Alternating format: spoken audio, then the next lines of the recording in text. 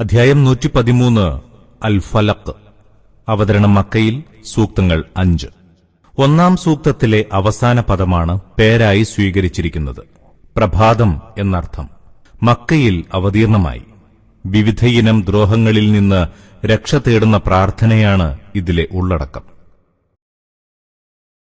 ബിസ്മില്ലാഹിർ റഹ്മാനിർ റഹീം.